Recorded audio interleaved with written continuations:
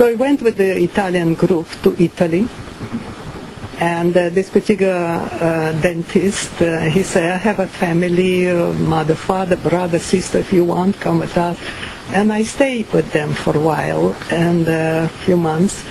They give me a satin pyjama, food, and the bells of church ring, and I thought I was in paradise. They were very nice people, Italian, and in Clusone, called Little Town. Do I speak too long? No? Soviet agents that were sent to get all the Soviet, ex-Soviet citizens, tried to convince them to go back to Mother Russia. They were everywhere, feeling like they were bosses.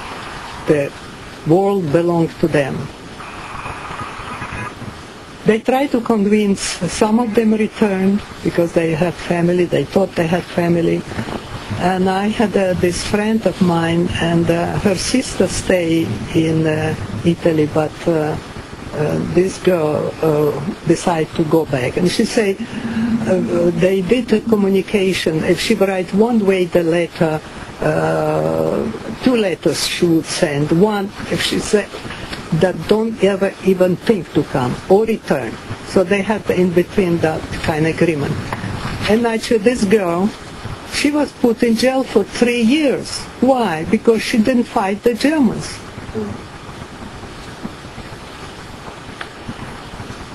I had to flee to Milano when this particular Leone came to Clusone and told me, what you doing here? I say, what is it? He said, go back to your country. I say, country? What country? You kill my parents, you destroy my country, you send my parents to Siberia, going to that, just for that words, I would get 3 or 5 years in jail. Or Siberia, even better. That's what they would do, send to Siberia people, where they for sure to die. I had to flee to Milano, where my name was changed in the city hall, and I became Irma Simsova. From Eugenia Sakevich, I became Irma Simsova. And living under false documents did not give me protection. I was always scared. In Milan, after a few months, I became a showgirl. I was young, tall, and after that I became a fashion model. I lived in Italy for 6 years. As a Slavic woman, I had a tremendous success in Italy, in fashion business. Law came in Europe that all refugees have to go back to their own countries or immigrate to Australia, Canada, United States, or South America. With the advice of Nikolai Nikolaevich and Galichev, if anyone knew this name, was a prince from someplace. Anyway, he was working in IRO at that time, International Refugee Organization, and he advised me, say, you better go to United States if you want to work as a model. So I did.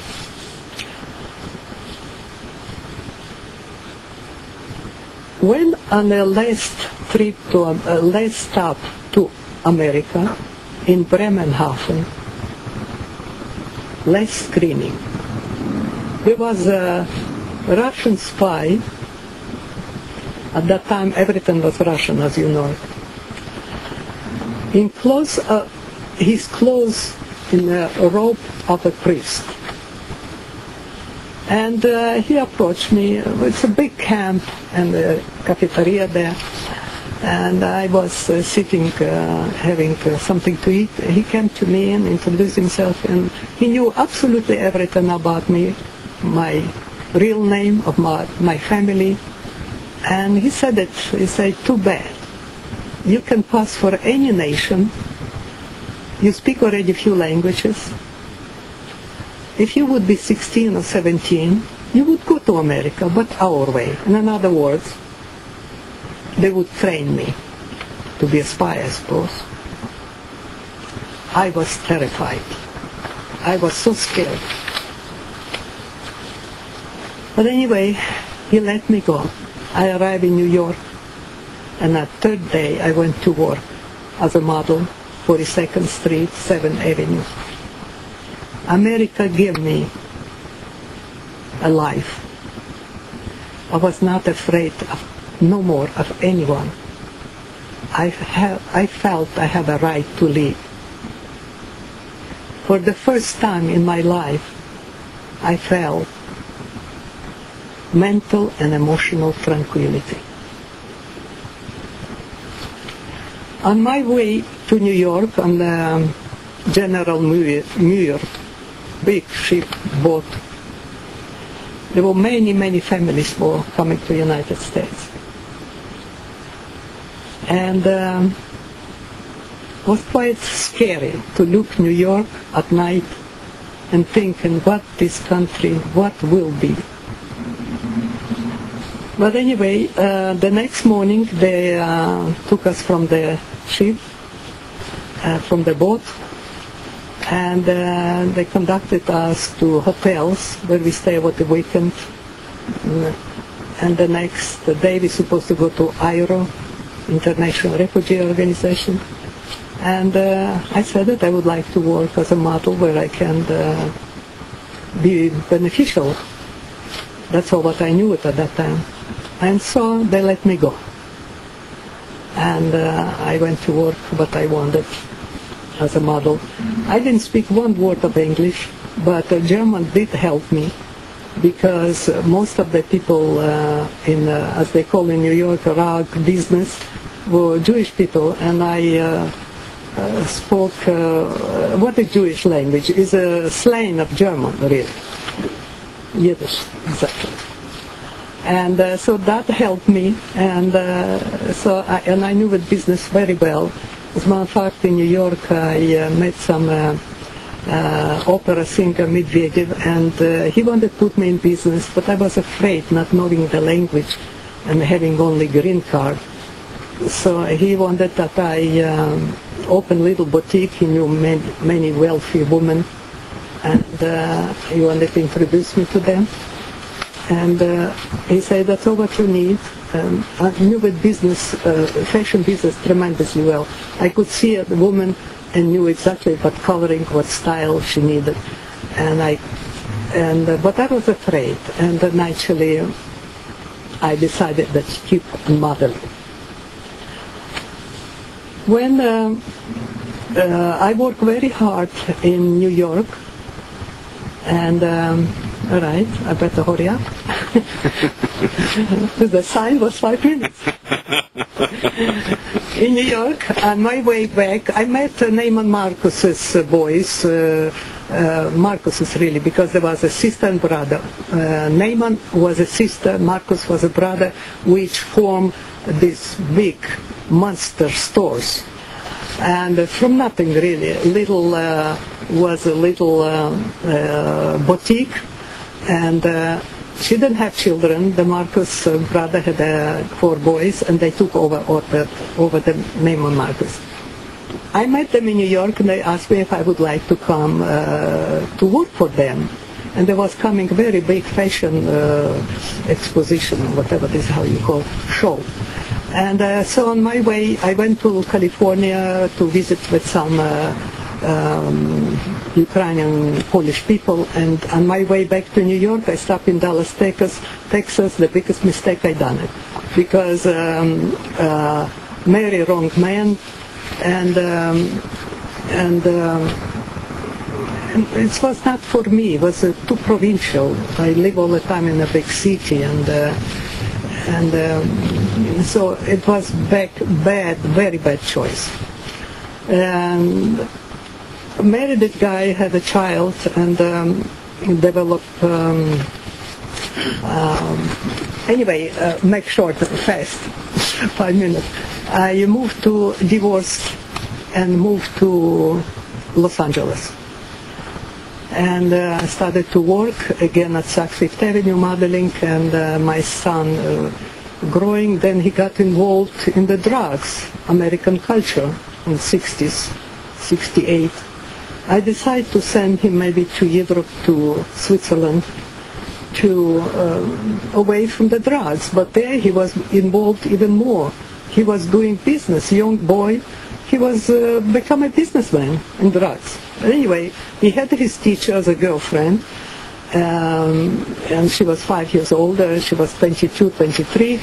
And so I came there to Switzerland, and I said it to him, let's, before we had a charter aeroplane, I said, before we return back to the United States, let's go to Palma, Mallorca. And he said, oh no, I cannot leave my Catherine alone. But he was doing business, not the Catherine was important, the selling the drugs. I went through terrible suffering with him. In Palma, Mallorca, I just went by myself and met a Scottish gentleman. I don't go to details. There were a group of them, so anyway, I stay in another hotel, and you cannot come down without somebody approaching you, inviting you for dinner. Anyway, so I was fed up with us, and I went to the manager. I say, this is too much for me. I won't stay alone. I was too upset. So he said, what do you want to do? I said, there is isolated hotel. I would like to move there. So they called, they knew it, the name, and they called the place. Sure enough, they had a room. It's a beautiful hotel, and I grabbed the taxi, and here I went. And after I look, talking to a couple from Iceland, lying on my stomach, unbuttoning my bra, and looking these two children that the man is keeping them, teaching them how to swim. And I said, there is no decency in this world. Married man with the children that started to flirting with me, a long distance. I mean, so anyway, I am. You get dressed when you go for dinner, lunch. So I'm sitting before the lunch started. I was sitting in a swinging chair. This two men comes with a small child and looking at me, and this little child runs around 1.5 years. So who wouldn't talk to animal about animal or little child? Naturally, that's all they wanted. And right away they asked me to join them, and I said, would you like to drink? They were Scottish people. I said, no, thank you, I don't drink. But anyway, they started keep on talking to me. I sit in my swing, they sit in there. And they asked me if I would like, if I was coming for the concert dance in the same hotel. I said, maybe I will. So at that night, I sit in a low chair, listen to the music, classic music, and then they had dances after a while. This two men comes and standing very tall, and I'm sitting in a low chair, and I say, would you mind to sit down? My neck hurts me. So the young guy say, all right, now you get acquainted, I can leave. So this later became my husband. He took me to Scotland, where I was there for 9 years. Everything with me happened 9 years. In Europe I was 9 years, in Dallas, Texas 9 years, in Scotland 9 years, and was very happy marriage. We came to United States, where naturally a citizen I am, and he was an immigrant to the United States. We went to immigration office, and the clerk that received us couldn't understand my husband. My husband couldn't understand the clerk. So I was the translator. They both understood me, but they didn't understand each other. It's we three of us, we laughed so much. Well, I suppose I don't have more time, right? Now, I would like you people, if you wish, buy my book. This is the best money that you will spend. The book is tremendously interesting, and as I said, it was compared to Dr. Zhivago. The book has so much material, and we shortened. My editor, he corrected, put everything in perspective, interviewed me, dig out certain things of me. If that's proper word to say or not, I don't know, but that's how I feel. And certain things he got out of me, he put that down. And the book is marvelous, shortened for 100 pages. Now, the documentary was done. I done a few documentaries in Ukraine. The first documentary was done a month ago. They interviewed me in English language. And they now going to Ukraine and interview certain people there for this documentary. And now they want, after this, when they finish, they want to do the film.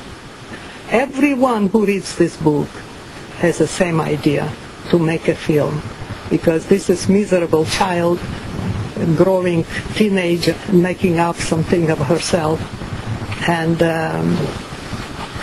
the book is great, and the Americans love happy ending. On that note, we should have a happy ending also. You'll take some questions. I'd be delighted. Any questions from the floor? Please do that. I can't believe that no questions. That